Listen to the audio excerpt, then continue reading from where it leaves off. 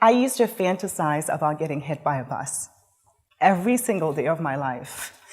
And I would replay the scenario over and over again in my mind. I felt like I was living a life that wasn't mine. I was just a cameo in someone else's story. I would show up when I was needed, and I would drift away when I wasn't. And I kept on thinking that there must be more meaning to life than this, that I had so much more potential inside of me than I was doing at the time. How many of you feel like you have way more potential inside of you than what you're doing right now? Raise your hand. Raise your hand. Raise your hand. Yes. So the only way I knew how to get outside of this vicious cycle was to get hit by the bus. Right here. So really, the bus represented change. That it was a guarantee that on that day when that bus would hit me, things will change. And maybe in that moment, I can change. I did get hit by the bus of change. It's not the thing you see behind me on wheels. It turned out that one of my best friends died. And after his death, I thought about his life. And the more I thought about his life, the more it seemed like mine. He didn't do anything meaningful. He complained all the time, and he had a lot of regrets. Losing my friend made me realize that I did not want to die with regrets. And when I thought about it in that moment, I was certain that this is my bus of change honking from a distance telling me to turn my life around. And for the first time in years, I was motivated to take action. And I did. I started by eliminating everything negative in my life. I quit my job. I stopped hanging around toxic people. I even stopped doing certain activities that no longer served me. But I still didn't find that meaning I was looking for. Life just got a little less negative. I had this gaping hole inside of me. So to fill that void, I started bringing in all sorts of positive things in my life. I started saying yes to crazy experiences. I started making furniture by hand. I started making jewelry. I even said yes to a friend when he asked me to read his gigantic manuscript in 2 weeks. To that point, I haven't finished reading a single book in over a decade. Let alone, it was a gigantic manuscript in 2 weeks. But I said yes anyway. Over the next few months, a lot of things I was trying kind of drifted away. The jewelry faded, the furniture faded, but I kept going back to that manuscript. And the reason for that is I discovered something that profoundly changed my life. And that is what I'm here to share with you today. It is called Your One Word. Your one word is your single most important core value defined by you. Once you discover that core value is, you know what you stand for as a human being. It is then you could create a life with meaning and purpose instead of just reacting to what others expect of you. How many of you want to know what you stand for? Raise your hand. Yes. I think more of you do. One more time. How many of you want to find out what you stand for? Raise your hand. But before I actually get there, show you how to get there, I'm going to share some stories of people who have used their one word, anywhere from achieving their dreams to running a $500 million business, to show you the importance of this process and how life-changing it can be. This is Roberto.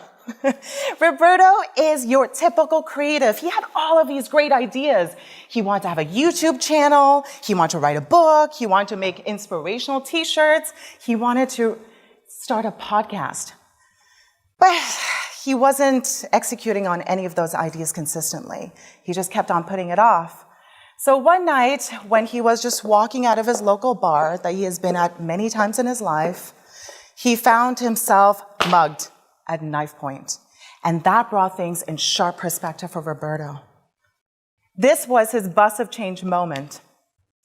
When he went to go find his one word, he started thinking about questions like, if I was locked in a room for all of eternity, what would I do?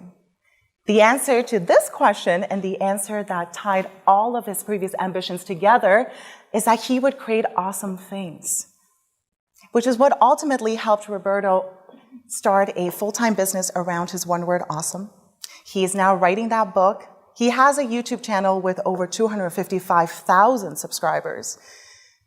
He's launched that podcast and he's making those t-shirts. He's finally chasing after his dreams and executing on all of his ideas because the clarity and focus that his one word gave him. This is Maria. Maria is the successful CEO of one of the largest publishing companies in the world. But this almost didn't happen. Maria's father was killed in a car accident one night. At that time, her father owned the family business, which was passed down from her grandfather. Maria's father's unexpected death meant that all of those responsibilities now were thrusted on her. This was Maria's bus of change moment. And when she thought about it, her one word became love.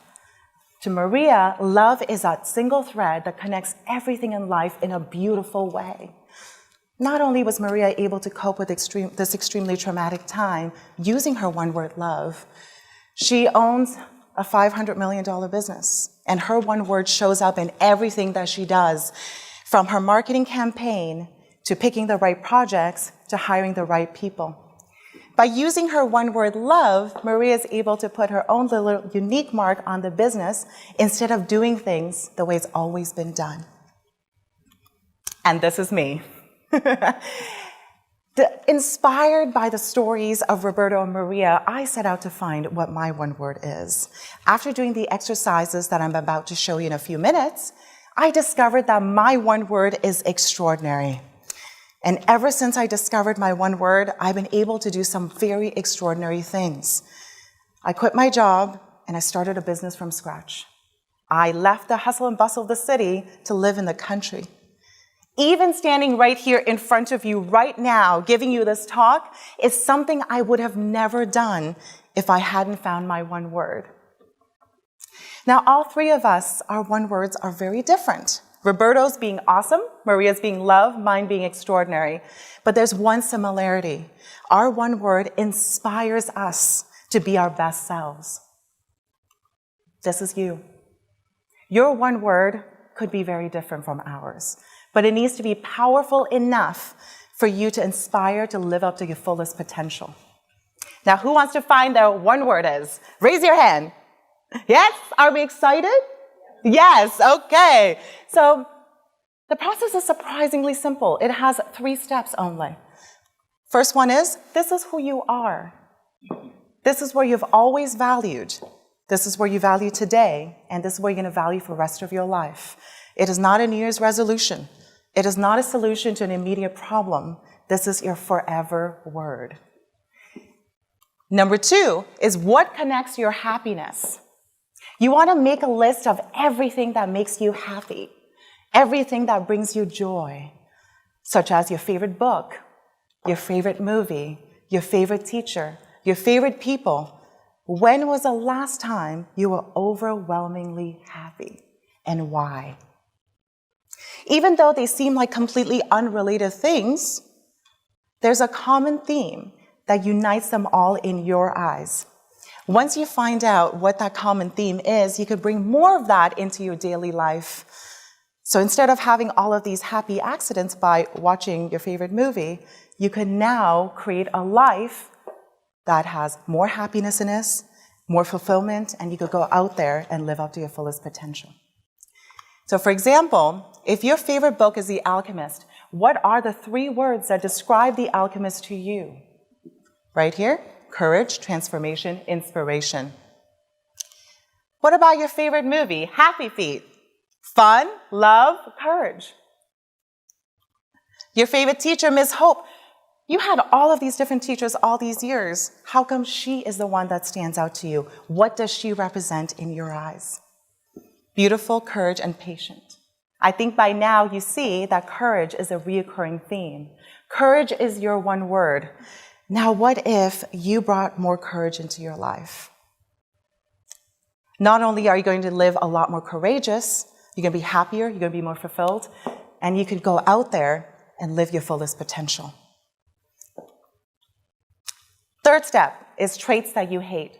Some people find it easier to go negative. Make a list of all the people and all the things that you hate in this world. Now, these people are not bad people. They just stand for something that you don't stand for. What is it? Find 3 words to describe them. Boss. Tony. What is it about him that you can't stand being around? Unreliable, discouraged, and dishonest. The classmate, Fred. What is it about him? Dishonest, hateful, miserable. How about that family member that every time she comes around, you just try to avoid her? Not that Aunt Becky's not a bad person, but there's something about her that you just don't want to be around. What are those 3 things? And once you find out what that common word is, which is dishonest in this picture, you find the opposite. The opposite becomes your one word, which is honesty. You are about honesty. Now, finding your one word has 3 steps. Number 1 is, this is who you are. This is what you value today. This is what you're going to value tomorrow. This is what you're going to value for the rest of your life, forever word. Number 2 is a traits that you hate. Finding that anti-word that you can't stand being around, finding the opposite becomes your one word. And number 3 is, I think I just said number 3, whoops. Now, at this point, I'm going to ask if anyone has a one word yet. Please raise your hand. Don't be shy. Does anyone? Oh, wow. Wow. Wow. Oh, my goodness. Okay, I have to choose. I think I saw your hand go up first, ma'am, in the white cardigan. What's your one word? Before your speech, I would have said teach. But thinking of one word, I think maybe understand. Understand. Sorry, I didn't catch your name. What's your name? Susan. Susan, and your one word is understand. Beautiful. Everyone give Susan a big round of applause. And Susan, this is a big deal. This is a massive thing that you just discovered, so congratulations. Oh, thank you, but I haven't just discovered it. I've known it forever. Oh, beautiful. Nice, nice. So you've been on this all this time. Gorgeous. So understand. Now, everyone, finding your one word puts us on the right path. But it is up to us to take the next steps. We have to be the one taking action. So, for example, Susan, her one word is understand. You want to take a look at 3 most important aspects in your life. Number 1, family. Number 2, your work or your school. And number 3 is your environment. So number 1, your family. How can you be more of an understanding mother, understanding daughter, understanding wife, understanding sister? Number 2, your work. How can you bring more understanding to your work with your boss, with your coworkers, with your suppliers, with your customers? Number 3 is your environment. We all have a routine, but I bet you anything, it's probably not a very intentional one. So for Susan, if your one word is understand, maybe there are certain things you want to put into your morning routine to make you feel more understanding. If there are certain pictures that you feel that this makes me want to understand people more, what are those pictures? Put them around you every morning. Is there a certain quote that you're inspired by that you want to be more understanding? What is that quote? Find that, put it into your daily routine. And lastly, is there a song that you're like, wow, when I listen to the song, I want to go out there and understand more? What is that song? Put into your everyday routine. So instead of just waking up and it's like, oh, I understand this, I understand that, you're now waking up, you're already understanding before you leave your door. That's beautiful. Now, I sometimes wonder that how things would have been if I hadn't waited for all those years to get hit by the bus of change. All those years that I wasted being miserable. All those years that I will never get back. But I did learn one thing, that time is valuable. And once it's gone, it's gone. You will never get it back.